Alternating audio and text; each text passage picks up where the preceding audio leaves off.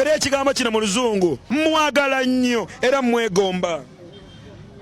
I love it so much every time, every year, to year. Wabuuza ki? Nabuuza omusajja entula bagita batya mu luzungu. Ko ye. Naga bagita yasooka nga bagita flute. Nemuga kati nga kyanneewuunyisa nnyo nga ndaba entula nemuga bagita batya kati neekanga nnyo bagita batya nanga bagita flute ntula bwayi nemugamba kidde mugumu kati neewuunya nnyo nga akiŋŋambye ng'omusajja oli mbadde musuubira okuba nti muyivu nenfaani yali munywa mwenge naye nga oluzungu lwafuuwa alina okuba nga amanyi bagita eggplant flute ntula bwayi kati akantu ako kewuunyisa nnyo abantu ne katambula era ibro olunaku lwenasooka okulaba wampita flute ntula bwayi neŋŋamba nogabwe kati kyannyumira nnyo ngenda okulya bapalaso bakamiiri bonna bampita flute ntula bwayi neŋŋamba ekutte erinnya lyakyukirawo nga size Kisakye street quiz flute ntula bwayi. Kadwasta ennyaanya ziri wama mu luzungu baziyita batya? Tunula eri kameramani ennyaanya ezo baziyita batya mu luzungu? Ennyaanya ezo weba ngikutteko bagita tomato ate mu nga nnyingi baziyita batya? Nga nnyingi tomato sauce baziyita batya ennyaanya nga nnyingi nnyo? Tomato sauce. Bismillahirrahmanirrahim. Assalamu alaikum warahmatullahi wabarakatuh. Mbanirizaako ku extra digest mugoba nsonga nze Ibrake Mukasa tuli ne Ivan Kisakye tusinzidde ku Serena Kampala. Ivan nkwanirizaako ku show obulamu bugamba ki? Obulamu si bubi Ibra. Oli steady? Ndi steady. Ivan Kisakye, 1 mukwano gwange, 2 neighbor wange. Wali neighbor wange wavaayo asenguka enzira awalala ono yali neighbor wange Makindi awo ate mukwano gwange nnyo. Obulamu bugamba ki? Obulamu si bubi Ibra. Nkwanirizaako ku show. Ndi musanyufu nnyo okuba wano.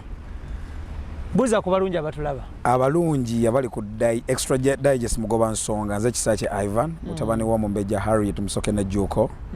Mbaagala nnyo mwe bali kwagala muganda wange Ibrake Mukasa musajja ali ku mazima.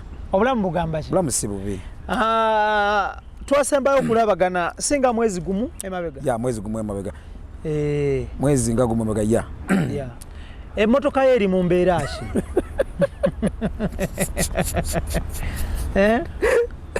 Emmotoka yange nnungi eri mu mbeera nnungi nnyo. Lwaki ogyagala nnyo emmotoka eyo? Navuga emmotoka naye nga okutambula etambula, okusiba esiba, indicator ezisuula, brakes amataala ga breakinga n'olaga negalaga nti gamyuse. Naye ng'obweraliikirivu bwange nasiba seat belt naye nga ndi mweraliikirivu nti nsobola okuva mu mmotoka n'engwa ebweru. Ekirungi gwe yali agivuga. Ekirungi nafuna okutya ate naye nga ndi nsobola okuva mu mmotoka n'engwa. naye emmotoka eri ate nga yali mmotoka naye nga ebirowoozo byange ninga ali ku ggaali ba piki emmotoka eyo ndaba ndi bweru wa mmotoka. omanyi lwaki njagala? Twejalabya nnyo abavubuka ne tulowooza nti tukikubye nnyo tugenda nyinza kati okwagala okweteeka mu class evuga emmotoka nga kaŋŋambe ng'omuntu nga Kasuku gy'avuga oba nga Eddie Kenzo gy'avuga naye ng'ate neerabidde nkyayina okukola. Emmotoka eno gye nvuga ennyambako tenywa nnyo enywa kitono esobola okunnyambako okwezimba ng'omuvubuka n'okula wennaatuukira eri maaso eri ddala nga ninawo investments zentaddewo nsobola okufuna emmotoka ennene naye kano akamotoka kakyantambuzaako mu kibuga. Toba na bweraliikirivu nti lumu olivaamu n'ogwa ebweru yo neesigala ng'etambula. Ngivuga na Katonda kati Katonda aba tavuddeemu sisobola vaamu. Olaba gwe wagivuga ne twetoloola ekibuga n'ogipaakinga n'oŋŋamba motoka. Naye nakomawo amagulu gannuma nga ninga abadde asotta akagaali kikiva ku ki? Anti kiri bwe kiti emmotoka anti ngeri gyeri nti ntono kale ate gwe emmotoka gye wamanyire ovuga eri waggulu kati wogituulamu fe abagimanyire entono ate gatuluma twagimanyiira gagumira navaamu nga ninga obwedde asotta akagaali kamaanyi gagifugannuma gannuma emikono ginnuma agamba naye Ivan eyo mmotoka si mmotoka kubanga ine motoka ine mipira ena okyama ku mafuta nange nenkyama 2 enkuba tenkuba nga 3 wenyimirya mu jjamu nga kutta nkwata 4 nsasula omusolo 5 ngate katonda agirimu nkola ne service wa motoka tujja kufune tekola service mawe ekigambo service okimanya Ivan okyusa oiro nogera nebakyusa oiro filter nebate hydraulic nebakyusa neyibulandika Ivan emotoka eyo ya mwaka ki modo mwaka ki sijja kulima nti modo mwaka ki ne starlet it's a starlet buli muvubuka gye yandisanye okubaako nayo nti buli muvubuka yandivuze ku motoka ngeeyo ng'okyezimba edda nga nkyali nga sinafuna motoka nali njogera ne Donizera nalongo Donizera nangamba Ibra omuvubuka asookerwako ng'akula bukuzi yalifuze motoka yambalira ebika byali bibiri yaŋŋamba starlet oba glanza glanza kamotoka kali awo kasingo ddo naye nako kali consumer friendly kali environment friendly kali pocket friendly kali mbeera friendly naŋŋamba nti eze motoka bbiri osokuteekamu omutwalo gw'amafuta ne gukutambuza naŋŋamba nti service asobola okuyitako n'osigala ng'okyatambula bulungi n'ojjukira luvannyuma nnyo naŋŋamba nti emmotoka eyo buli muvubuka asookerwako gye yeetaaga okuba nayo era nampa amagezi nalina motoka endala nina eyo nane Land Cruiser Tabo ogimanyi eri kipagere ekinene naye lwaki na parking emmotoka eyo nga service waayo antwalako sente nyingi ekirala ng'emmotoka enywa nnyo ya diesel ya diesel 3 liter naye waliwo amafuta egabiridde kakaaga yibula aga diesel gasingako petrol nga gasingako petrol ate nga gano matono kakane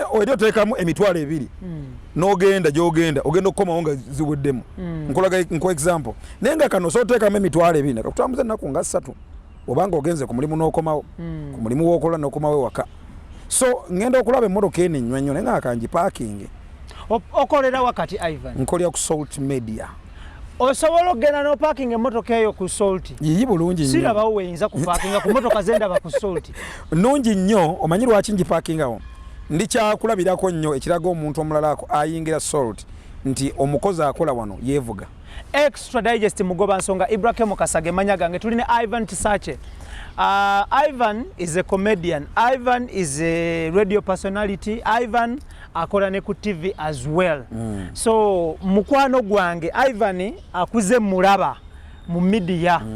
Nebino ebibye ebyokula ebyomubiri badde simulaba ebyo sijja byogerako njogera mu media akuze mulaba ebyomubiri nayo tobirimu ate gobadde wegulira emmere yo neweerira emmere yo n'olwala newetwala mu ddwaliro newejjanjaba n'osasula rentu nze nkulabye mu ng'ompane ku mirimu nakyo kyogere naye era mitono nnyo sikuwadde emirimu mingi reason being nti obadde busy so Ivan nasazeewo munoonyeeko lwaki abantu nga bano mbanoonyako tunyumyemu Ivan tazze wano nti waliwo kyazze okunnyonnyola ekyenjawulo nedda nzize kunyumyamu mboozi n'omuvubuka gwendabye ng'akyusa obulamu from zero to where he is tanswazangako akyusizza obulamu nga mulaba ne ku kyalo gye twali tuwangaalira fembi makindi awo makindye nga tuva mu nnyumba ne tutuuka ku kolansi nakyo nakimwebaliza abavubuka abamu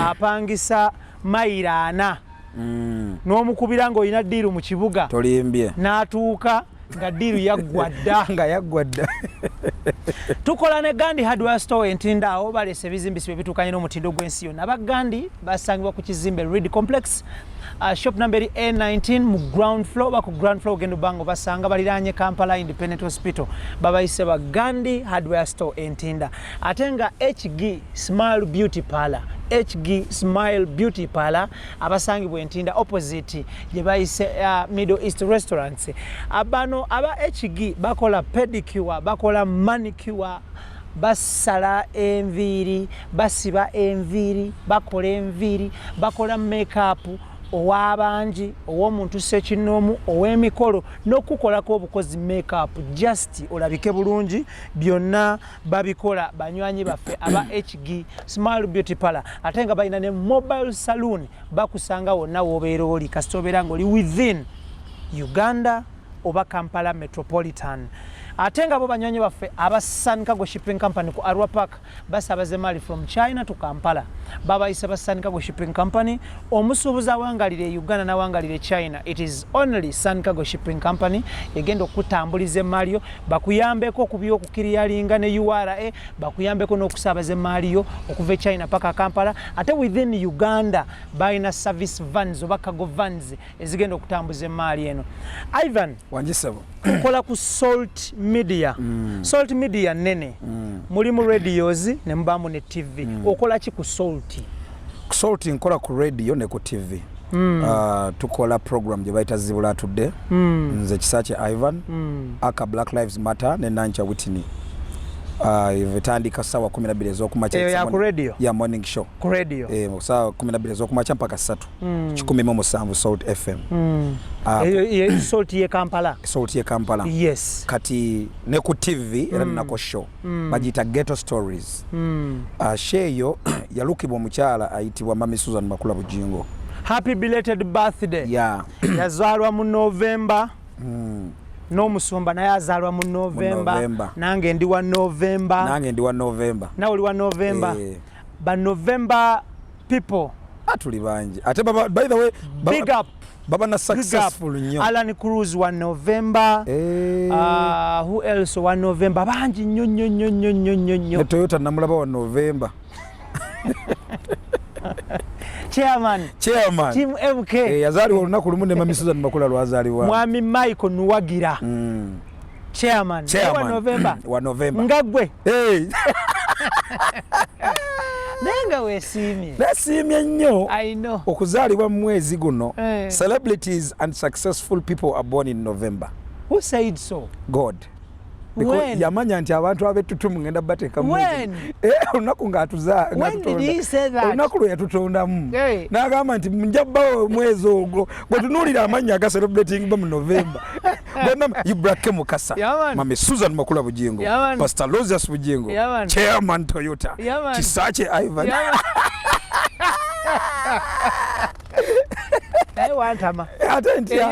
No mwana Mami Suzan yazaliwa mu ogwo mwezi. Felan. Naye wa November. Panage. No, kogama ejude successful and intelligent people. I know. Yeah. So if you're not born in November, kwa mwezi chi.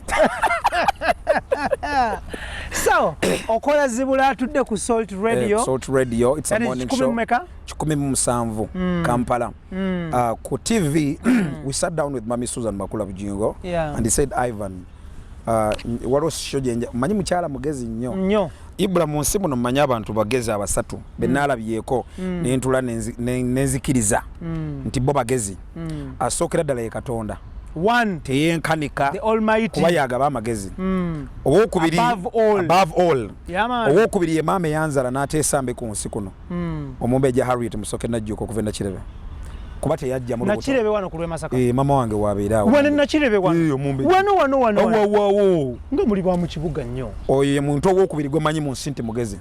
Omuntu owokusatu gwe manyi mu nsi nti mugezi ng'amagezi ge gali extra nga show yo weeri digest abasinga ne bagamba mugoba nsonga mugezi nnyo nga ne wooba otandise omutunuulira nga tannaba kwogera olengera amaaso ge gajjudde bugezi. Yani oyo Mami Suzan Makula Bujingo. Sikuwakanya. Sisobola kuwakanya. Omukyalo oyo era bekwogera mulala balina kugamba nedda. Omukyalo oyo mugezi nti ne waaba atudde butuuzi wansi nga ayina kyakola mulimu Katonda ebintu byatonda najjako omukono.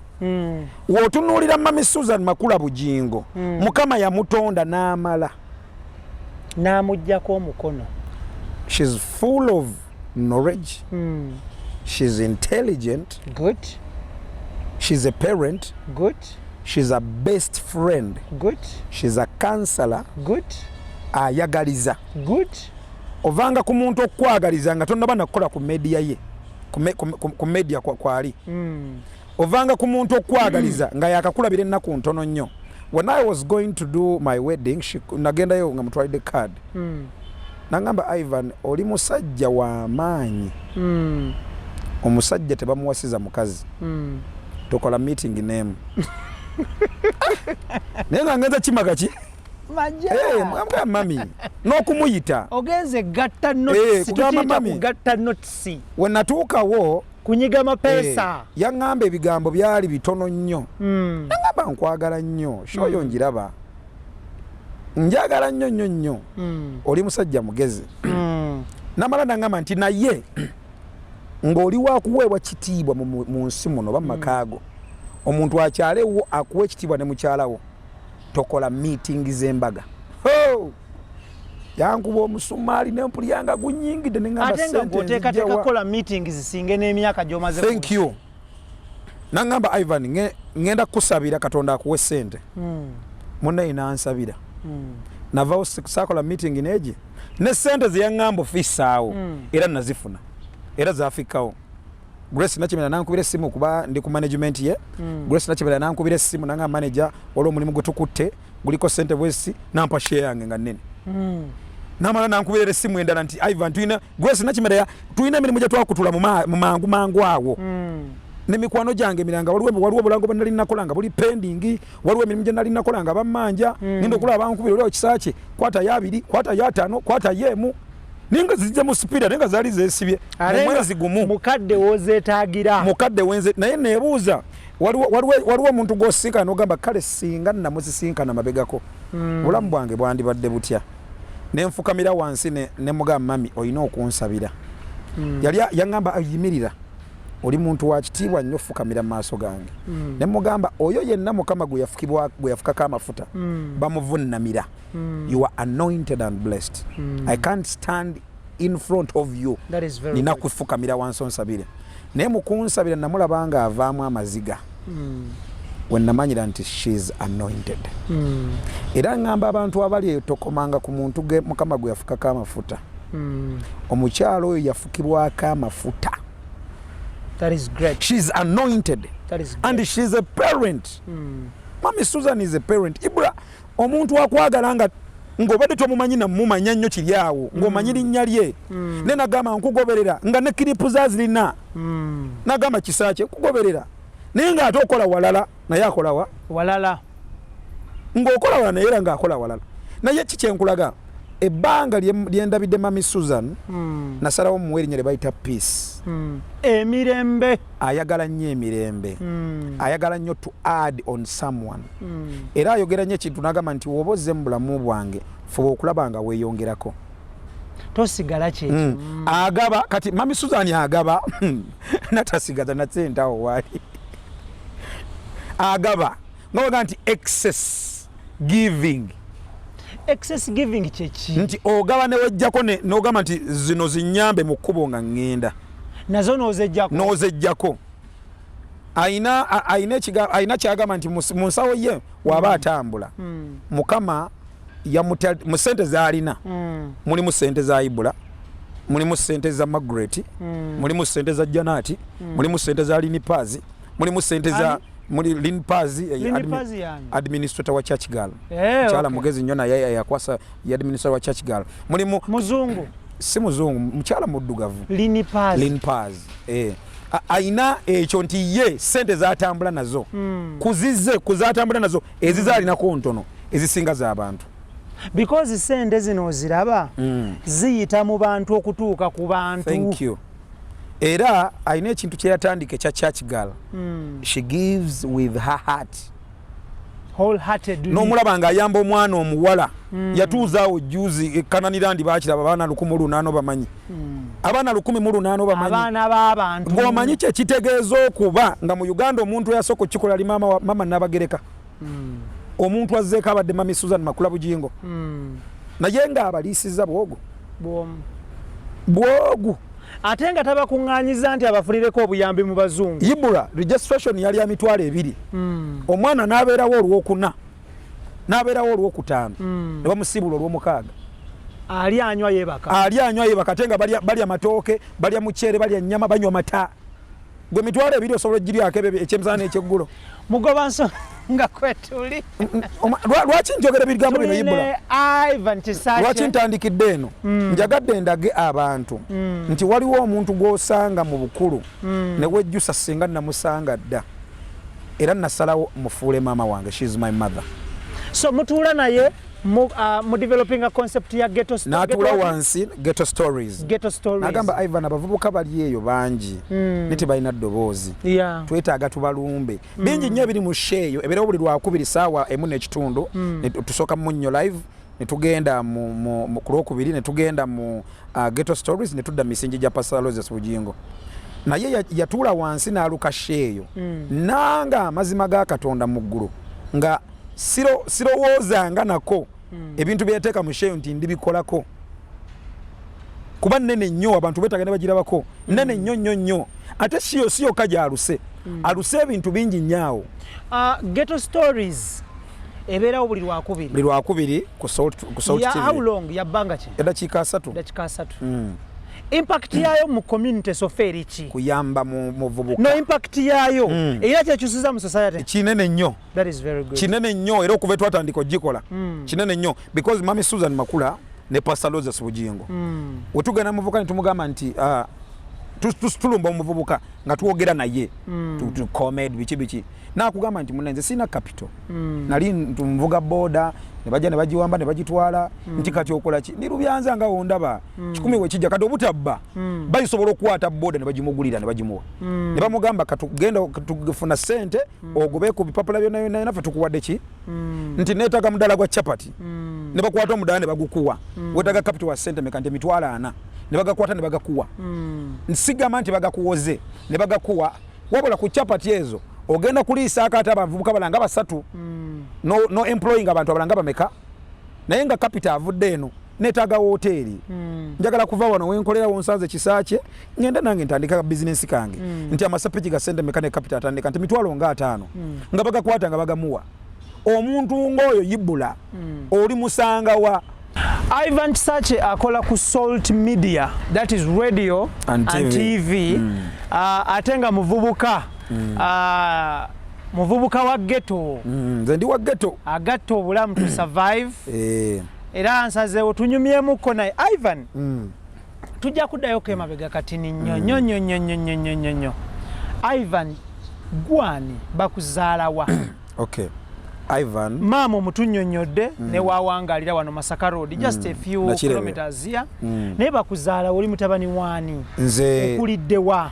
Nkulidde nakula munnaye saakula na taata era taata namutegeera bukulu by the way sina bukulu nnyo kiri awo wabula juzi nali mama wange nangamba taata oba muyita Mr. Tessa Steven oluvannyuma natuuka ewa Pastor Roses Bujingo manyi omusajja oyo muzadde nnyo na interview gye nayitamu yonna ey'omulimu nambuuza bazadde bo mugamba muzeeyi taata sijja kulimba nti mumanyi nangamba naye olina ofuna obuzaalirwa bwo olina obumanya kikulu nnyo nga sifunangayo boosi angamba kintu ekyo going deep into omukozi obulamu bw'omukozi n'akubuulirira nenzirayo nenyumya ne mama nenjogera naye mama anangamba ntaatawo amuyita Mr. Tessa Steven saakula naye nsuubira nti Katonda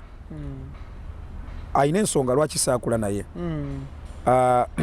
ffe tetusobodde kukula na bazadde baffe ibula kiri awo yadde maama wange nkuze mulaba tukulidde ku street tukulidde mu ghetto nga maama ali maka amalala naye okuba nti you were stepchild at home tosobodde kubeerawoko okitegeera kyenkulaga ekyo ekintu ng'ekyo ogendako ewa jjajja wuyo oli ku street omanyi nga toliko muzadde akulunda weekanga Katonda yakwerundira taata wange bamuyita Mr. Tessa Steven. He is an engineer. He's a good man. That is good. He's a good man. Yinza okuba waliwo ensonga ebitagenda bulungi ne maama naye atenze ng'omwana salya muzadde musango tokkirizibwa sobola kikola olw'ensonga eri emu omuzadde aba muzadde. I can't enter into their stuff. Taata wo engineer waaki? Engineer wa nguudo zimbe bebayita ba civil engineer. Thank you so much. Bano abakanika radio ne TV ku kyalo ne bajjamu ice ne bazzaamu ice ne aba makanika si ba engineer. Era tugenda wa makanika Jowe Joero atuteesa baba ice abo mu radio. kati munnaye taata wange namumanya bukulu but he's a good man. He welcomed me well nanyaniriza ne tutuula mugamba sikoyinaako buzibu muzeeyi just tutambule tuli basajja byekisajja nze mbimanyi so wakusalira musango. So muli in touch naye? We are in touch with him. Communicating. We communicate. He's That a is good very man good. and ebbanga lyemulabidde naye ttono musajja ayongerako. Extra digest mugoba nsonga tulina Ivan Kisakye. Tata wize civil engineer. Gwe wasoma ki? Nze nasoma byamawulire.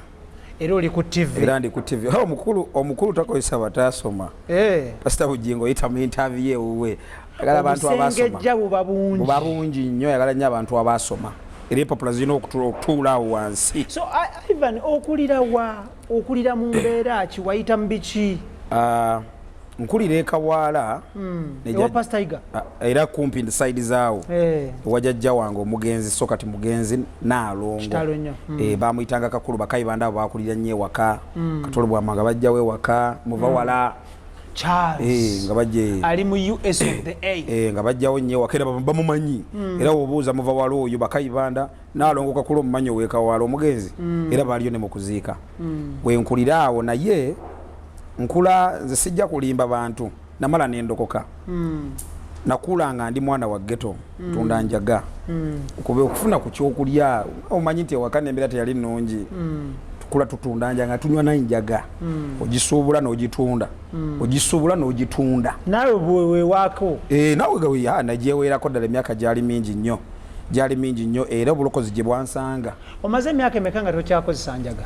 Kuva 2010. Aya kugwamu anti amalamu emyaka 7 yakugwamu kuva 2010 we naleka enjaga eyo nga ndokose nalokoka nenjivaako bambulira nnyo enjiri nenva ku njaga nenjatula obulokozi naye mu kukula kwange embeera teyali nnungi tokuze na bazadde twakulira tusitula bizindalo bya Bobby eyo Firebase oweyiyayo waliko mu Firebase naliko mu Firebase edda tutambula n'omukulu oyo ssebo nenga gwe tewasobola kuyimba ndi omusajja yawa abantu platform n'abayigiriza oyimba nali kiraba mu nnyo saawa eyo being that twali mu society nga yabanene ate nga ffe tukyali baana bate ebiseera ebyo because nze wenagendera mu Firebase nali mu 2002 nali mu P6 kati ngebyokuyimba si byenda bejobola okubeera n'omuyimbi ng'onyumirwa just kunyumirwa baina gye bagenda nobakwatiyako ebintu okitegere ng'otambula naye era bitegeera nenvaayo mbaddeko n'abayimbi bangi nnyo bw'ova mu Firebase waddawa? Wenva mu Firebase kati awo nenjoyininga JOB Records. JOB gundi yakolerangayo nnyo Bella era natambula nnyo ne Queen Bella na managinga wa Queen Bella. Ali atya? Gyali mulungi muyimbi nno w'amaanyi. She's a legend in this industry. Ye mukyali yasooka okuyimba dancehall mu Uganda. Yasookera ddala okuyimba dancehall mu Uganda. Tambulako ne ba Queen Bella managizeeko ku bayimbi awo promotinzeeko Sojek Empire. Ani? Sojek Empire. Chechi. Yali company nge promotinga bayimbi. Okay. Tukoze ku bintu bingi nnyo ne mukula kwange tekwali kulungi kubonaabona kwali mukko n'okugendako ku street kubanze navaako n'embibuuzo ebyekyo nga waliwo abaali banyenyanyenyamu ensaasi ng'omwana nava mu bibuuzo n'atambula n'agenda ng'olupapula lugenda mu maaso lwali lupapula lwaki? Is it geography gye gubatandika nawo senior 4 Kubatandika na GRS geography. I remember it was geography. No fuluma. Ninfuluma. Olongolagawo. Ku street labona. Ng'osomera wali osomera wa? Ali nsomera Kadino Wamala. Nasooka genda Makere Modern. Nenvaayo. Kati ebibuuzo nabitulira Kadino Wamala. Mu bulo. Ninfuluma. Era waliwo okukyusakyusa amasomero gaali mangi awo. Era ibula oli wagamba nti omuntu oyo bamukwatamu bamutwale bamusabire towakana mulimu abantu nga tebaagaliza muntu olinga eimu ye yabutayagaliza muntu era ndi musanyufu nnyo nti nkolera mu society y'abalokole abantu nga balokole kinsanyusa nnyo kuba kirina engeri gye kyongera obulokozi bw'okukula buli kanaku oli nanyenye ensaasi ate omuntu yabyogera amaze nga agenda nakufa sijja mwogera linnya naye yabyogera agenda kufa n'agamba nti omwana oyo ansonyiwe nze yali amukola kino na kino Nenga akulanga ki? Ebintu bye baali bannanga byali bingi nnyo nga n'ebiva nnyo ku bukojja. Tebaayagala nnyo miitinga taata wange. Ekyo kyo nkugamba mazima. Tebaayagala nnyo miitinga taata wange. Kyova olaba bwe namutuukirira namusonyiirawo. Saamunenya nnyo. Teyaliiye. Wabula waliwo abaali bakola ki? Abaali bakiremesa. Ate nga tomunenya ntunga si mulokole nnyo kiri awo. Naye tasobola kumanya nti bamukola ki? Bamukwatamu. Otegeera kyenkulaga. Ninva mu bibuuzo ngenda ku street. Ngenda ku luguudo. Awo obeera toli wekka. Toli wekka. Saali nzekka. Naye ate nakomawo n'ensoma. Naddamu era n'ensoma. Omanyi Mukama bw'aba akutonze ng'oliko ekisa. Ne ku luguudo gy'obeera ofuna abakuyambako. Obako akabonero ka Katonda.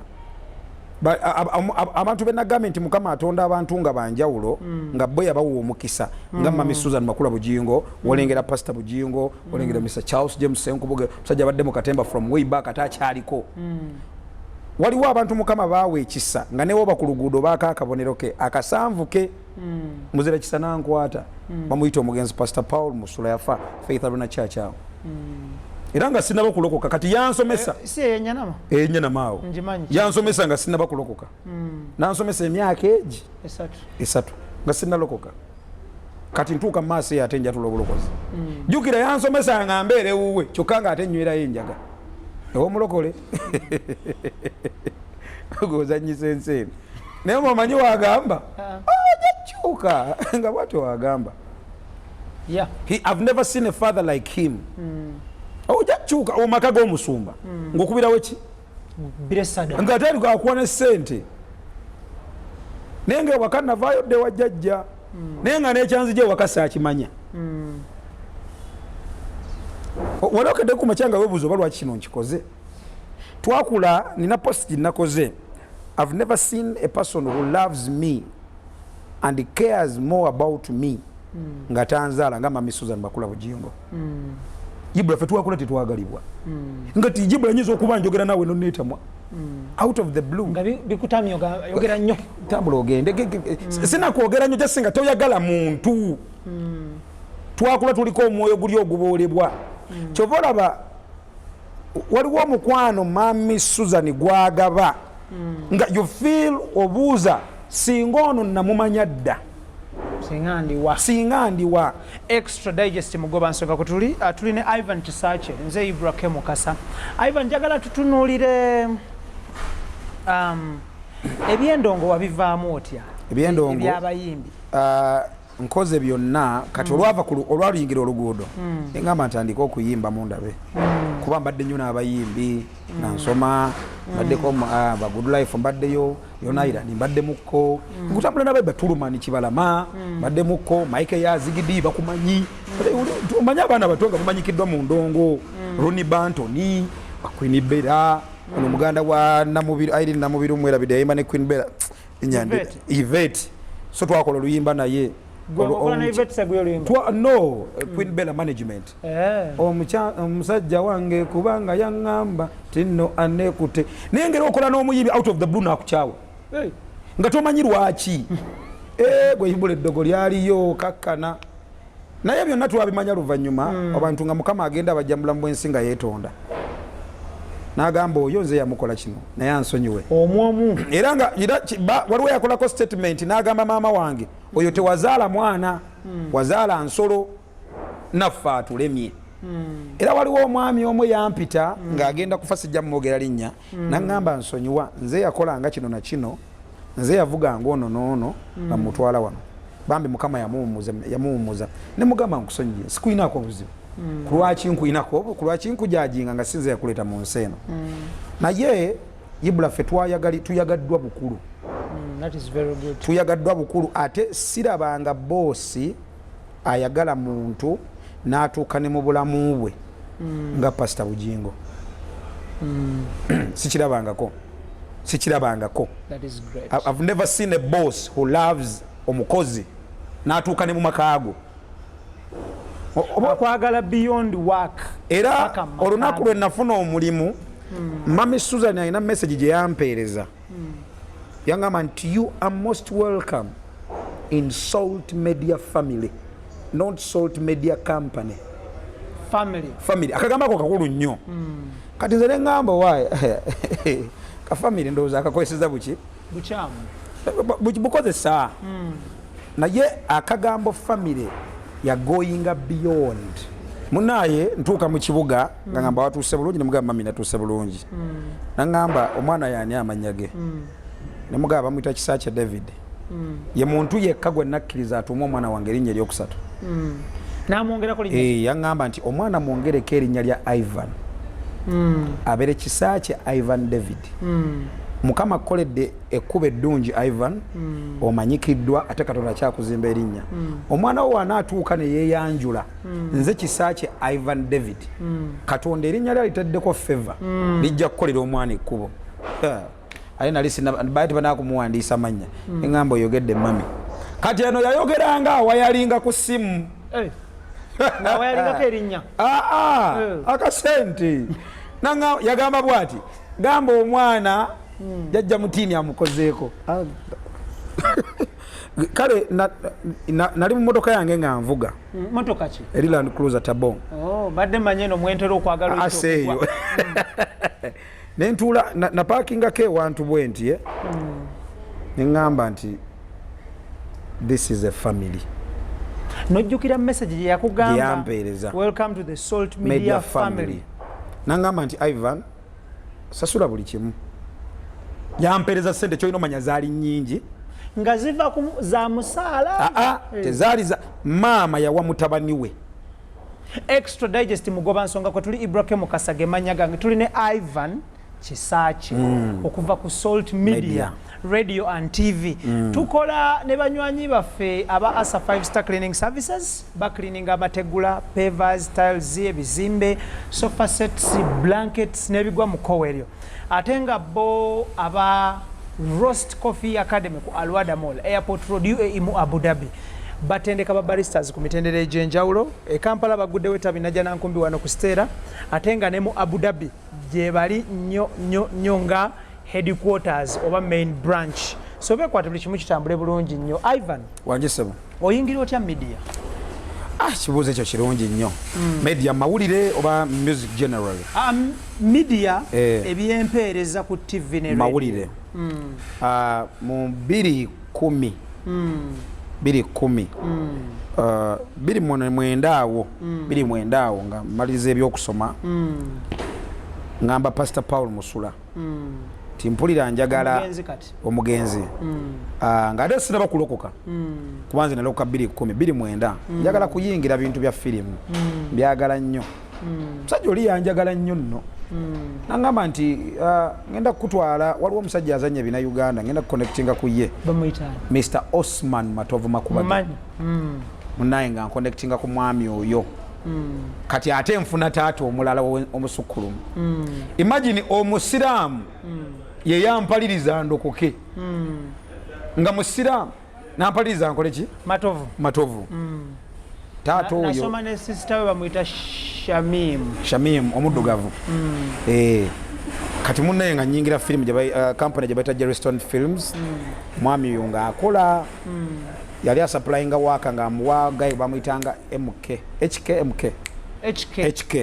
nga muwa firimu baleeta ne bagaininga kati ffe twali twagala fame kuyitawo kumanyikwa tuba tukyali awo ne bayiwa NBS deal kati nga atandika eyalingayo Jime agenda afa omugenzi Jime Musisi big deal nkwata application yange njiwandiika mu lulimi ki bali luzungu nali nasoma gitwala ku NBS I think awo 2011 I'm not sure 2011 awo njiwa receptionist n'agiuza ngolaba namulaba ng'akikola atyo namugamba Jima amala okufa jukira bali beetaaga replacement ye kati eno tuli mu firimu naye nga Osmani yali awo amaze okufuna kidiiru wa ku NBS ng'emizanyo gye giragayo kati namugamba muzeeyi badde nsaba ntwaleko eri ngamba naye wandirinzeeko totwalayo sinnaba kukulabamu kiri yadde oli munnakatemba osobola okukola ku TV kati munnaaye ntuusaayo application yange nze nempala ze mpaka negitwalayo nagiwandiika era n'abaali bamanyi ku bya TV awo tafubi musaale nnyo gyendi yanyambako sijja kulimba era nagamba you bring your stuff kati waliwo gayi gwe bayitanga Chris yali oba epd nga oyingira bwoti wanobere thank you ng'oyingira bwoti kati nasooka nengendayo nemulaba nagamba you bring your papers data bintu bibikwogerako bambi yanyanguyira kati wenjireeta omulundi ogwaddako omuwala yali atudde ku reception with my eyes n'agikola bwati lwaki saamanya lwaki tewamuwabira ku poliisi munaye TV ebiro ebyo yibula ng'omuntu akola ku TV ne waba receptionist mulabanga Katonda ng'omanja kitegeeza yibula no ogwo musango waligeze ku poliisi n'ogulawo kyanjigiriza nti ona nalumwa nnyo kati by the way yagiyuza nerabira n'akasimu kange awo wawunga nawunga nyagwa nali nsabudde kikumba tokimanyi kyalisinga mpadde ka perfume baali bakayita Yuri ngenze nampunya Yuri okamanyi ekigwayo nti oba nni oba kyo baali bakayita Yuri nga nkekubye kati munnaye ntuuka akasimu nkerabira nzikirira wansi nsanga omukulu bebekulu bafudde yali akomawo yangamba ekigambo nga nyambuka mu lift yantunulira nnyo ng'ebiyengeyenge bindi ku liiso kuno manyi ng'oli disappointed nagamba gwe obadde kye yangamba bwati young man toggwamu ssuubi enkyalulamu ekyo kyekigambo kye yangamba young man toggwamu ssuubi enkyalulamu yankwata nawano ku kibegabega nambuuza ogenda wa nemugamba nerabidde kasimu kange waggulu naye saamugamba lwaki bambi n'akwata ekinyanya n'akimpa yoyo n'akimpa nga naye yali yakoma kundaba we yampa ssente emabega ziri wali we naviira mu kibiina ku senior for bebekuulo yansasulira registration yali yakusasula registration era namulumba bulimbi nze gayo mufunyeemu nnyo emikisa simanyi mufunyeemu nnyo emikisa yasasula registration ya senior for no n'ekigambo ekyanzizaamu amaanyi nti there is tomorrow mu media yakiŋŋamba kati nzireyo Mr. Osimani saamugamba lift eno wali oyingiddemu otya nali mbimanyi bikozesaawo lift wali omanyi ogikoze nali mu kujjukujju jjukira nali mu city nze ndi stebon kulidde mu ghetto kati ebintu nga mbumanyi bayuza application form yo nzikirya wansi akasimu nkerabira kati zijjukira nti essimu ndabika ngireseeyo wagisanga nzirayo kati nagisanga weeriwe nagirese kati mukuddayo nalisakozesa madaala nagamba kankozesa lift nyambuke omukulu yali agiyingira naye bebekulu kati mweyangambira ekigambo ekyo kati nvaayo waggulu kale n'ekisente kyeyampa kyazizaamu ku maanyi n'ekigambo kiri naye nga nina obulumi muwala ono they didn't give me an opportunity to show them what I can do kati osimuzirayo nsirika kumba Osimani bamugambye tafubya like yamugamba omuvubuka abadde wano nti omuvubuka ono gwenengera mu bifirimu by'wano namulabyeko wano naye namuyambeko wano na wano kati Osimani oyo by the netafubi musaale mu bintu byange sijja kulimba Osimani ng'amala ngamba bwati nategedde wagenze naye tebajja kukuwa lwaki bwate weyaŋŋamba lwaki teyaŋŋamba nsonga naŋŋamba tebajja kukuwa okyalina okukola ojjukira akagambo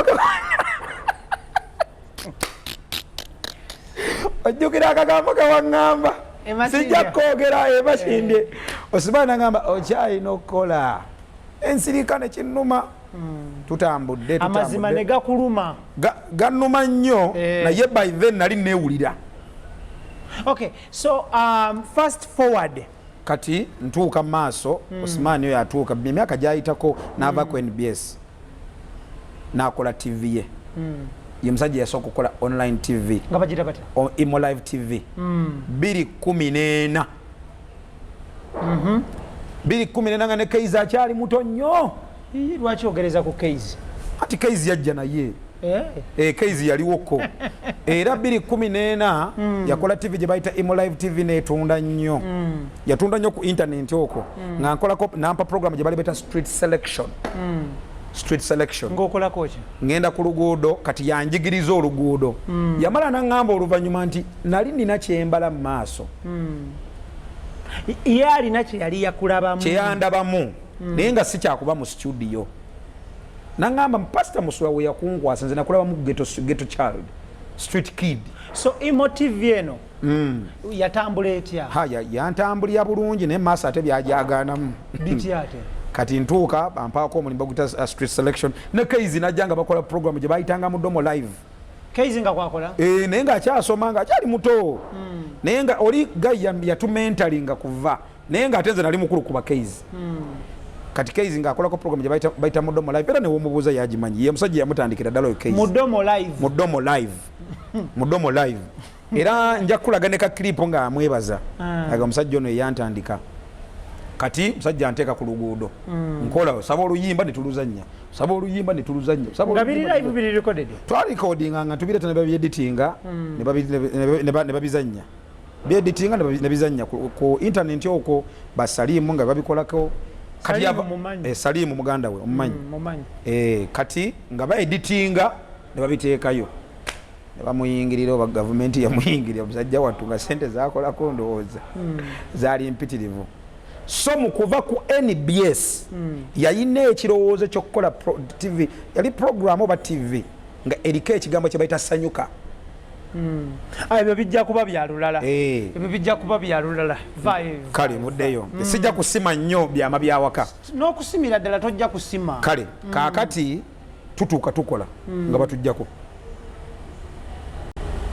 baba wansonga ki tewali gye baatwawula bamujjako bujja nga amaze n'okufuna license ya TV nga yagala giteka kumpewo kwe nyini ku budikoda biki ne bamukuba enkuuli naye ng'enkuuli ffe twamanya gye zaava mwe baani ati yali anzadde nga nfuuse mwana nga ne ku komiti ntuula yababbirangako ati mutuula mu meeting nabagamba kino kiganye kino kiri bwe kiti ona empapula tuzifunye kuba yafuna empapula nga TV agenda gituma Impala TV eyo yoku ground tutuuka bigaana nga nayo tubivaako nga nzireyo ku haso ku street mu bayimbi bange oyiriba otambuza ono otambuza oli umanyi ebyokuyiriba muyimbi omumanegi nze okoze kino mba ndi awo essimu yakubibwa nemukubibwa gayi gwe bayita Chris wa Chris yatugobereranga nnyo ku internet kuli oli wanobe wa NBS nga bamuwadde ekyeyo ku top kati bakiwa Chris n'agamba neze ndi busy eri nina omusajja gwe nina top TV nina omusajja gwe nina omusajja ono ajja bakolera bulungi nnyo nga bamuleeta yali PD kati we yatuukayo nga bamugamba twagala TV eno eyimuke eri wansi nabagamba ninayo omwana ogwo gwe neesiga olwo mwana yani yali nze nga gogenda kusitula TV gwe yabagamba newe mujjako interview n'okimubuuza that's what era nawe natuuka mu maaso g'omukulu kye yaŋŋamba mukulu ki omukulu akulira top TV baga nti ono gwe tuleese era we natuukayo mu maaso ge yaŋŋamba bino ebigambo wammanga baŋŋambye nti ye gwe agenda ositula ki TV yange nange nemuddamu ne mugamba waaba Katonda nze gwalabibwa ekisa ekyo katukole n'otandika okukola nga omukulu Erosman adesigninga program gye bayita street quiz gy'ogenda okutuulamu gye ngenda otuulamu yeno gye wabuuzanga abantu ebitakufaanagana eyo gye nabuuzanga abantu ebibuuzo naye nga street nali nagikolako kolulye eya street selection Imo live saba oluyimba kikyo kiboozibozi nosaba oluyimba you select any song kati nangamba nekikyuseemu leero ogenda kubanga obuuza abantu luzungu bwe bakuba embogo zaabwe bwe muziteekayo twagaleyo moment omuntu nga teyasoma nganze Kisakye waabwe nakisobola nangamba nkikulabamu yensonga lwaki nagamba togenda kukola ku NBS wamperezanga ebintu ebyo bingi nnyo ku WhatsApp nembuuza ofaaki enfaaki paka lumu wangamba Kisakye kakkana oyitiriza omuliro tutandika ku top TV tugenda mu maaso omusajja oyo yampa emyezi 6 Ositule TV mukama yanyamba mu myezi 3 ng'esitusi era nebaza mukama omusajja oli Osman kye yandabamu nekikola That is good. Nekikolera ddala olwo weereddwa contract ya bbanga ki teyaliko gyali myezi 6 nga bw'oba olemereddwa okugisitula otambulirawo tebakiŋŋamba ekyo naye baŋŋamba tukuwadde emyezi 6 nange nenzirayo kubanga nali maze okulokoka nga ntegedde ne Katonda nenzirayo ne ŋŋamba Katonda waliwo ekyandiko ekiri mu Baluumi 8:26 teomanyi kusaba nga bwe kigwanidde naye wokoowola mwoyo akuyambako. Abaluumi kye kitabo ki mu Luzungu? Romans 8:26. Nenzirayo ne ŋŋamba Mukama eno programu bagiwadde ggwe simanyi kukola ku luguudo wali naye ate wojja ne tukola tujja situlwa TV eno. Katonda n'ayanukula okusaalayo. Naye Katonda yanukula ffe be baali tebamanyi yibbula nga tebatusuubira kubaako yadde neewange. Top TV eno wagikolera bbanga ki? Natandika Top TV 2016. 16, 17, 18, 19, 20, 2021, 2022. 6 kambale 16 kuba na joininga 15 awo ngaggwako. 16 nitutambulira nno ddala. Mukama nnyamba nfuna hit ya street ya Fleet Ntula bwayi. Entula bagita batya mu Luzungu.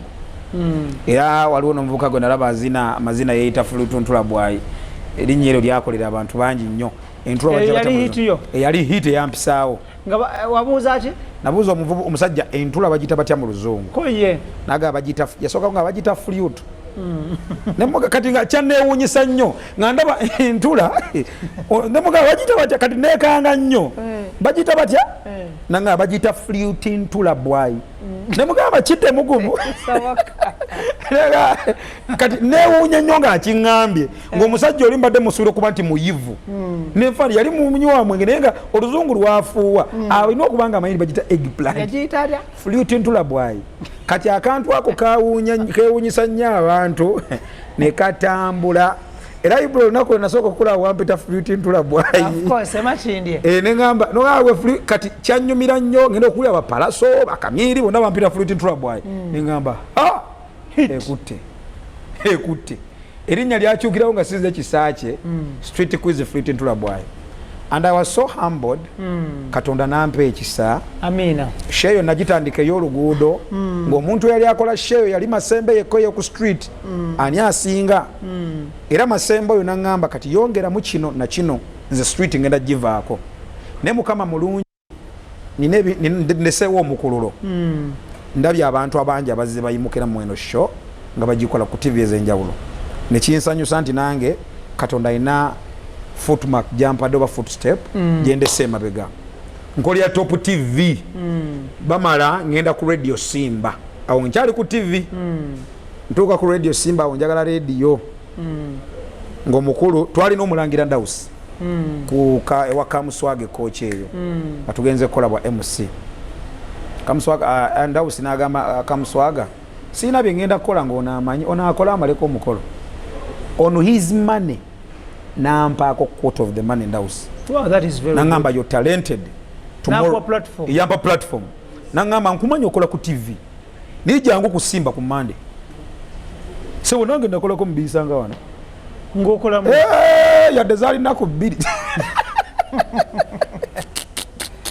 2 femwe randi mubitabo nawo okubira Ndawusi munaye ntuukayo ready emaze emyaka 2 n'omusobyo ku mpewo gwe wakola mu ennaku 2 ennaku ezi Ndawusi ntuukayo nga ngamba genda ke omwami bamuyita Mandeevu kati Mandeevu nangamba naye kati gwe kike ngendo mpa joko ya second turn ya seconds turn omusajja ate byanzizizaamu radio zisimanyi joko ya seconds turn gwe yagala genda ku mpewo newulira omanyize ndi wa Kibuli yibula ndi wa Kibuli nze ndabe kuba wolitaliraba ninga Pastor Bujingo otamuvira mu kimulugudo akutume akuyitamu that man has faith kati agenda zimba Pentagon ya abombi 10 atandika mwaka gujja ng'otamuvira mu kkubo lyakuyitamu inshallah era nga ajja gizimba kuba mulabyeko nga mwesigwa mu 10 ebbanga lyenkoze naye mwesigwa mu 10 ate wa mazima so ntuuka wali nga bampa interview munaye nga kale tujja kukubira ina simu ya mango mandevu oba ogimanyi paka nakati bandi awo ekiro simu ya mango enkubirwa wangi enkya jangu ku lediyo kera bwana wanca sikola nkosho ya kumacha enkoko wagikwata mu wabukeeza nkokola natuukawo ku sawa 10 ng'andawusi yatuuse dda sawa meka 10 omusajja ono asula wano oyanda bananga okoze kale mawulire gago yitamu ngamba mawulire aina amawulire galinga mukaaga nga oba peji 5 awo empapula za mirundi 5 ng'asoma lino asoma liri nanga kale tugenda kumpewo newe tugenda nawe nkubuuza perfume gyewe kuba oyogera kino nkubuuza kirigo teekawo buteesi akasuka muzindaalo bwati n'agujjayo bwati wakola agukasuka bwati n'amala n'agusikayo akubuuza ekintu perfume kye gyewe kuba n'akuweereza n'amala n'agusikayo togimaze nayo ngamba mukama ani radio budde n'agusikasuka nawe naye nkyayogera n'agusikayo laga gyeyeekuba ngamba mama bino ebya radio nintula bwete nga okay kati nvaayo tumaliza sho twakola naye nga tuba off air nga kugamba ogenda kwogera kino ani ndawuzi musomesa teacher kanangamba nekyo jangu nenzija awo nkubidde osimani matovu muka dadi wampulidde nikusimba wawulidde ka perfume ke nayogedde nakuwulidde naye wayogedde nnyo wayogedde katono ne bakujjako omuzindaalo muka wakitegedde ota naganze empewo ngimanyi olwokubiri nga nzirayo nga nkola kati olwokubiri we twafuluma abayingira ofiisi ya mandeevu nga bamuyisa endawusi ajja nankuba akama we yagifuluma nditokomawo nkyoyinza obutadda extra digest mugoba nsonga ko tuli ne Ivan Kisache tukola ne Gandhi Hardware Store Ntinda balese bizimbiso bituka ino mutindo gwensi yo nabe kwa tulichumi kitambula bali ku Reed Complex N19 mu ground floor kulina Kampala Independent Hospital jjo kubango basanga atenga bo aba Roast Coffee Academy ku Alwala Mall Airport Road UAE mu Abu Dhabi batendeka ba baristas batendeka okola crepes burgers ne sandwich ne Kampala wano najja nangombe kusera bagudde weta bibe kwate buli kimu kitambule bulungi gwayagala okulabika obulungi okunekaanekana oberenga oyogerwako bulijjo oyitira wekwate aba HG Smile Beauty Parlor Entinda opposite Middle East Restaurant aba HG Smile Beauty Parlor bakola pedicure manicure basala enviiri basiba enviiri bakola makeup bakola facials zonna buli kimu bekwate buli kimu kitambule bulungi bwe yakugamba ekyo wabulira otya nze yali akeera okuva ku makya okuva ewange makindi nzije kusimba nga kaboda kanvugirewo eddakiika wayanguwa mu nnaku ezebbiri nava kusimba mpaka emakindi natambulirawo essaawa 3 nasooka nentambula okuva kusimba nokirira ku toto wansi awo nzikirira ku toto nengenda ku bitaala nzuuyo ngenze paka kwakasha nga ntambula naye nga neebuuza nakoze eki ngambe sinza tokomawo nakuba essimu yamandeevu yagifuula bize nokulaba eri off kati bambi ndawusi nankubira olweggulo that guy is a father na yayogera nange ebigambo bino wammanga nangamba you are the next in house inshallah nangamba you have my voice kyamuluma kati okumanya kyamuluma nava ku radio ku ssaawa 5 kuba bamala sho nembisigalawo nga bakiŋŋambye ntambula ku ssaawa ziba ziwera 12 ngenda okulaba essimu ya ndawusi enkubirwa nangamba toggwamu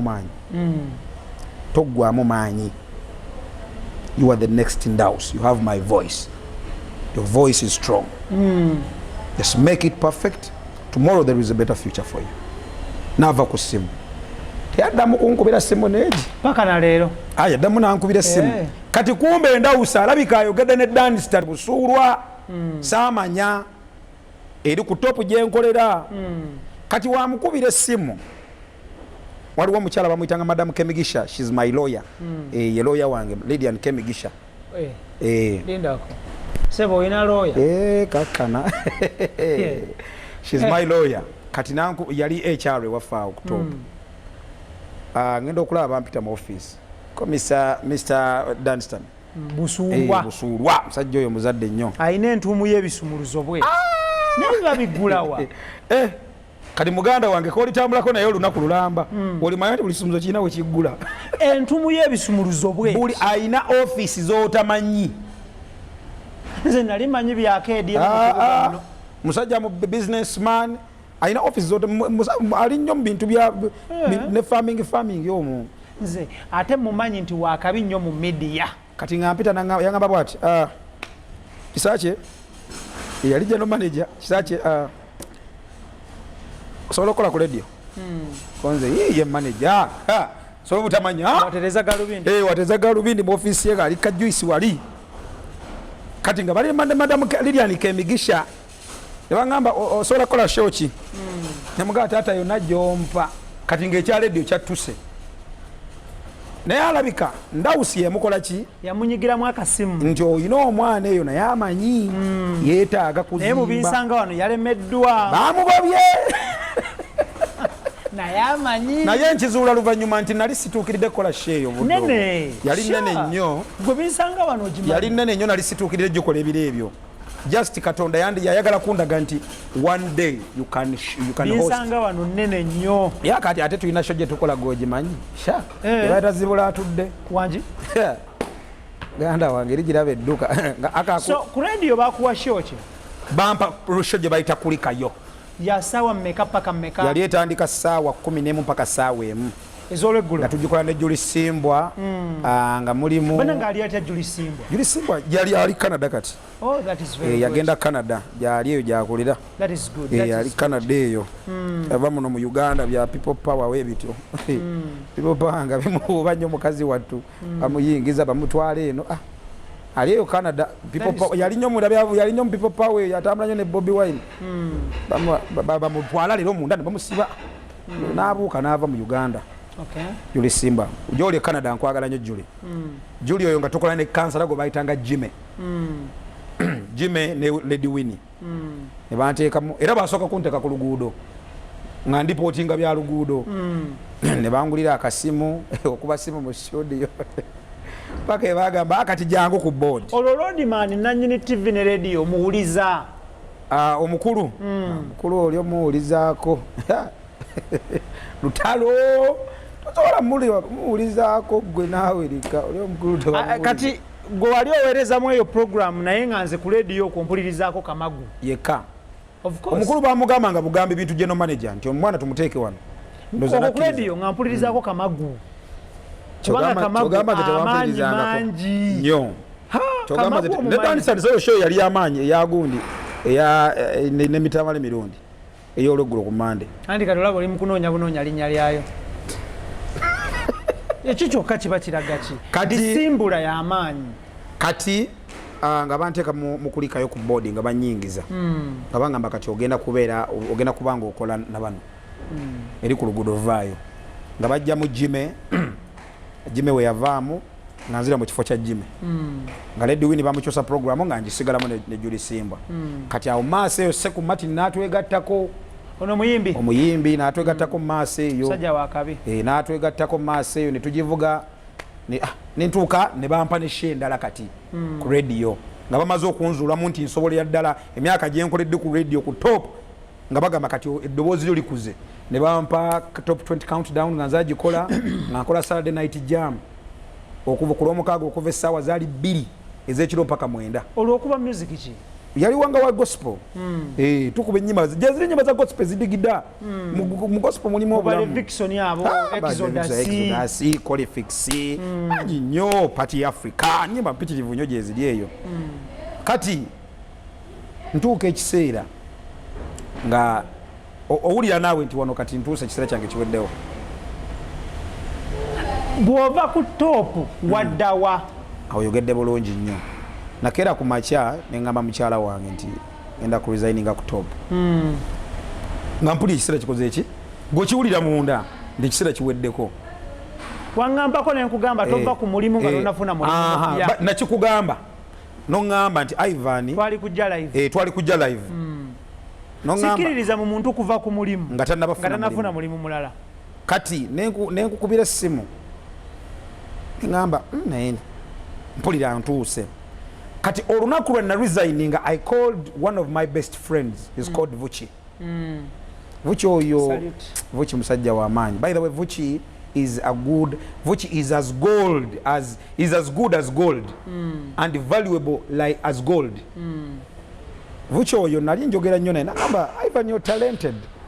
Oli talented nnyo. Sijja kulima ne mugamba Vuchi naye njagala nnyo okukolera Salt Media. Omutima gwange gwagala Salt Media. Gwagala Salt Media.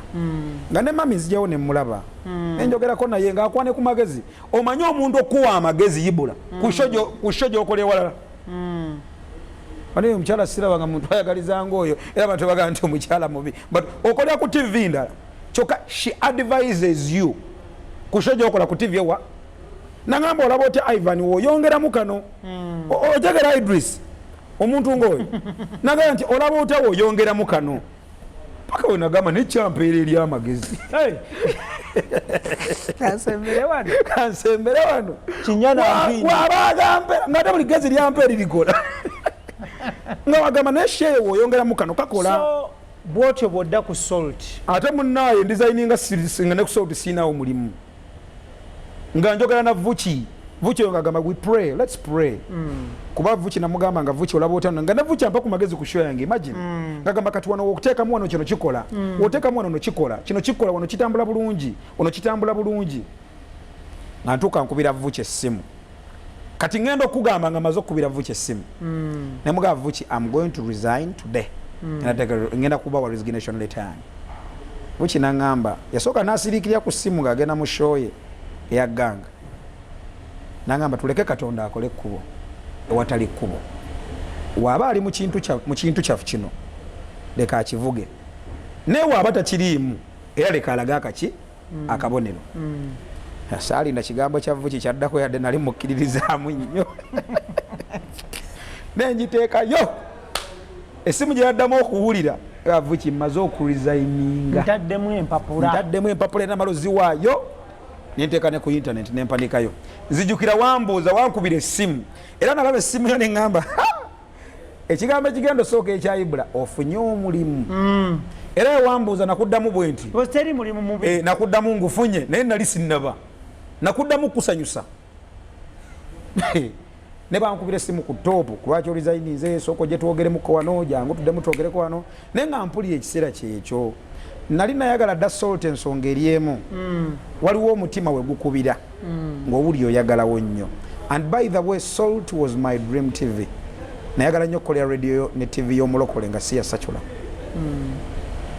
era nakigambako Ibula negamba Ibula olaba otya wenzijako eyo nongamba Ivan oyagalayo ekibuuzo kye wambuuza nagenda okulaba eno walabalanga nnyo omwenge gujja kuyitawo wano ngamba ate nzirayo ntyambulire enjiri ng'ate balanga ogenda kunywa kano nekayitawo ate oddeyo buli eki okay final oli ku Salt Media kati essimu enkubibwa Vuchi bakwetaaga nga wayisawo n'ennaku nje eziyiseewo naye mala okuresigninga ngendayo ku Salt ntwalayo empapula zange nsabe kuba nze ku Salt nasaba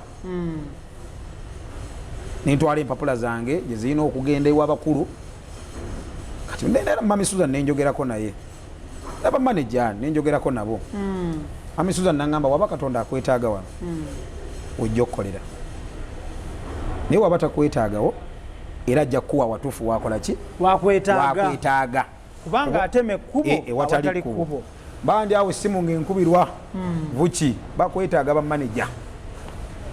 By the way yali agenda na bweru era agenda mu vacation kuwumulamuko mu leave munnaye we natuukayo nansisinkana papa Mr. Charles James Senkubuge Siasa General Manager and Pastor Aloysius Bujingo seated in the office.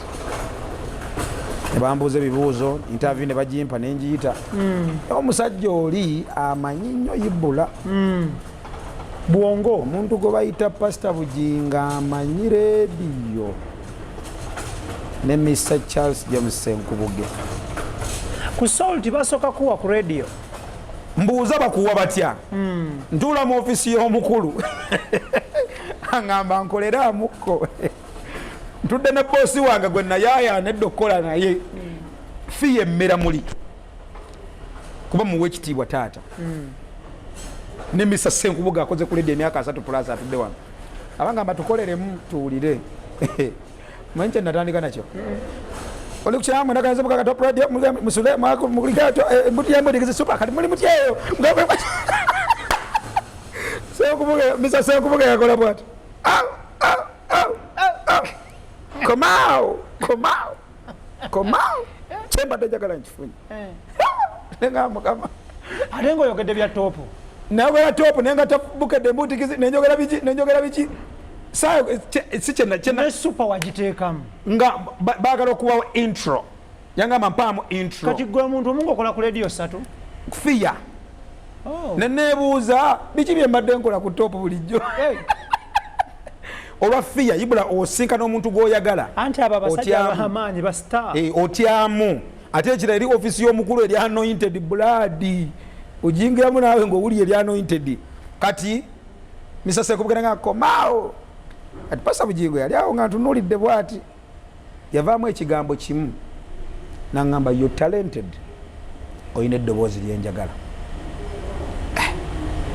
n'amaziga gampitamu yangamba oyina eddoboozi lyenjagala Mr. Senkubuge n'agamba this is the voice we have been looking for oli yakyogera mu Luganda olinakiza mu Luzungu pasa bugingo n'aŋŋamba ofisi yange eno abagiyingira bantya etiisa nze nkimanyi ng'omulundi gwosoose osisinkana omuntu gw'oyagala naye ate woonoofuluma olujjo olwo ogenda kumpa kyenjagala it was my first time to hear a boss saying that ogwo omulundi gwo gwali gwakomeko okusinkana omusumba bugingo omusumba bugingo gwali gwa kusatu nasooka ne musinkana nga ze mu ddwaliro wa ambasada Tone nga zesabira ambasada Tone nga bamukubye ogwokubiri Dennis Seka yali amuyise ku kivulu kye naye nga Kisakayo n'ayimba oluyimba lugamba nti oli mwana wani akaana keruweero lwali lwantama wali we twasulanga nga balukuba ekizindalo ky'okumakya naye nga luyimba lulungi naye lwali luyitiridde nga lulimmo lulungi naye lubuulira njiri of course gogamba nga lulimmo kati omulundi ogwokusatu gwe omulundi gwe namusinkana mu office bane oli omusajja mulungi byebyo netuteesa ne ku musaala wenyini awo nkutidde nga musava anti ye bosi asasula obulungi mu budde kyo kifulu facilitation mufuna mu budde bano simanya ogenda wogenda simanya kiŋŋamba nga tunyumya naye naŋŋamba sikutera ye takozesa muntu gw'ataasasula n'ekirala it is a must at our work place ova mu show ino okunywa kyayi breakfast ebaawo lunch ebaawo nafumba yani Mariam lunch ebaawo ne supper ebaawo bagirya abakiro abakola ekiro naye kikyenkulaga nawulira emirembe bosi n'ateesezaawo omusaala facilitation gwagenda okuwa olunaku lwakuwadde omulimu obutega kyenkulaga nga munva wennyini nyini nakuweewo ne facilitation akuleeta bank account bagikusaba ddi bank account munne baginsabirawo era n'ogiwaayo baginsabirawo nze yambuuza olina bank account mugaa sigirina kati eri basente bazikuteerangawo sente zaali zakadinisa zaali zakadirisa bazikuwa nambuuza olina bank account nemugamba sigirina pastor naŋŋamba ye olina ofuna bank account kubanga sente tuziteeka mu banka gyeziyita zonna NSSF biki payers you earn biki olina obifuna byonna kale ngolaba omuntu akwongerako munfa wennyini nakuweewo ne facilitation akuleeta enkya ku mulimu extra digest mugoba nsonga Ivan tugenda kubanga tumuleka tujja kwongera okunoonyako interview yaffe eddako tujja kukola naawe mu field gy'owangaalira but as of now katukuleke njagala kwebaza obudde bwo nekyanjagala kwebaza okubeera omusajja awuliriza era atapowa okyasulawo emakindi we twabeeranga navaawo kati ndi luwafu kati luwafu nsaba okuddamu okusisinkana ng'oŋŋamba nazimba ku Gayaza road Ntebe road Mityana road oba Bombo road kyekiddako kubanga because luwafu tosobola kuzimbawo mu mbeera yaffe eno gye tulimu. Kyekiddako kuba mukama wange yaŋŋambye Ivan neetaaga ng'olina ennyumba. Yalangirira n'agamba abakozi omwaka ogujja abanadda nga tebazimbye. Ate ngolese n'ekyokulangirya Ibola. Mukama waffe muntu akugamba ekintu n'akuterako n'akuwa n'entandikwa. Akugamba nti njagala ofune ettaka n'agamba naye obukadde buubwo obuwerako oba obutandikibwako ne wakuwa obukadde buna abakuwadde entandikwa Ibola. Thank you Ivan, thank you so much. Tujja kubanga tusisinkana Agi akutumidde. Mukwano gwange ali atya number 1 fan wange oyo. So salute Agi the best. Agi, thank you for loving my shows. Thank you for loving me as your brother, as your friend. Agi, oh by the way Agi ampadde naye ku mirimu waliwo emirimu gye yali empeeyo. Tujja kuba tuwuliziganya still ne Ivan Kisakye. Nkwagala nnyo my brother. Webale. Ava wali ku Salt Media representing radio and TV to the fullest. Njakubaza Idris Lukwago, Daniel Kanabi netone Senabulya. Tumirayo babiri basatu. Kantumire asokera ddala omusumba Aloysius Bugingo. Salute and respect. Tumira SPD Mr. Charles James Senkubugo omusajja yankozemu omulimu gw'amaanyi. Salute. Aka Black Lives Matter program zibula today. Yaman. Nancha Whitney nkwagala nnyo nnyo. Nange Kisakye Ivan asembayo wekitiibwa. Maama wabatali mu maka. Amaka tegatebenkera. Mirembe. Mami Suzan Makula Bugingo mbagala nnyo mbagalira namwongedde kalinya lya peace kuba wa mirembe. Omumbeja Harriet Musokena Juko, we love you so much. Ne producer wangu wa Ghetto Stories bamuyita Jojo Judith. Assalamu alaikum wa rahmatullahi wa barakatuh. Mubeere bulungi mweraba.